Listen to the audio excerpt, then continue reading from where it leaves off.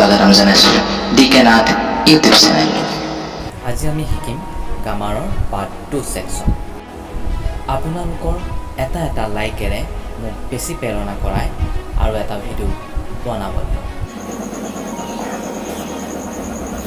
আজি আমি শিকিম ৱৰ্ড বা শব্দ কি। দুটা, তিনিটা বা তাতকৈ বেছি লেটাৰ বা আখৰ লগ লাগি অৰ্থ প্ৰকাশ কৰিলে তাক ৱৰ্ড বা শব্দ বুলি কোৱা হয়। এক্সাম্পল OX, ইয়াৰ অৰ্থ সাৰগৰু। O এটা হ'ল লেটাৰ, X এটা হ'ল লেটাৰ। এই লেটাৰ দুটা লগ লাগি এটা ৱৰ্ড হৈছে। এই ৱৰ্ডটোৰ অৰ্থ প্ৰকাশ কৰিছে আৰু অৰ্থটো হ'ল সাৰগৰু। যেনে গাৰ্ল, GIRL, তাৰ অৰ্থ ছোৱালী। এপল, APPLE, ইয়াৰ অৰ্থ আপেল। যেনে ৰেড, ৰঙা। এইখিনিতে মনত ৰাখিবলগীয়া কথা, I মানে মই আৰু A মানে এটা বা এজন। I এটা লেটাৰ, কিন্তু ই এটা ৱৰ্ডৰ দৰে কাম কৰি আছে। সেইকাৰণে আইক আমি লেটাৰ বা ৱৰ্ড বুলিও ক'ব পাৰোঁ। এও তেনেদৰে এটা হ'ল লেটাৰ, আৰু লেটাৰ ইয়াৰ অৰ্থ বুজাই আছে যে এটা বা এজন, কিন্তু এটা হ'ল ৱৰ্ড।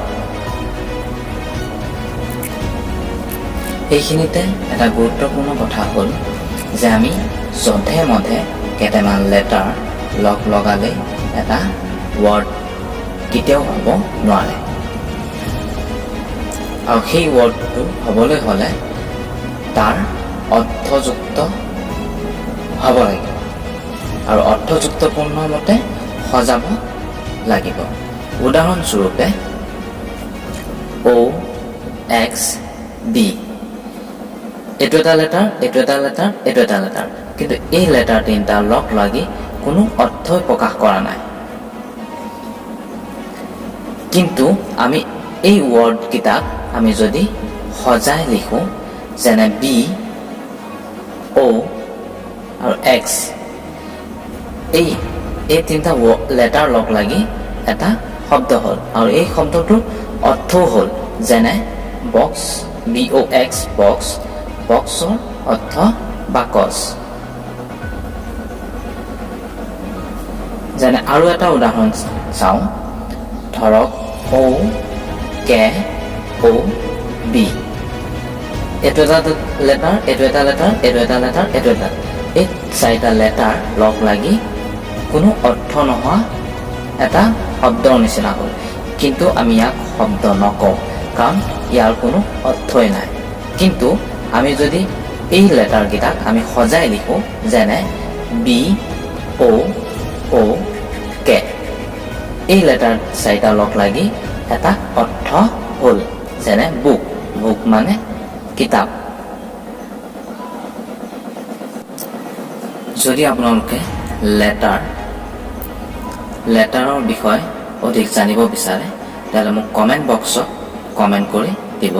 মই নেক্সট ভিডিঅ'ত লেটাৰৰ বিষয়ে লৈ আহিম।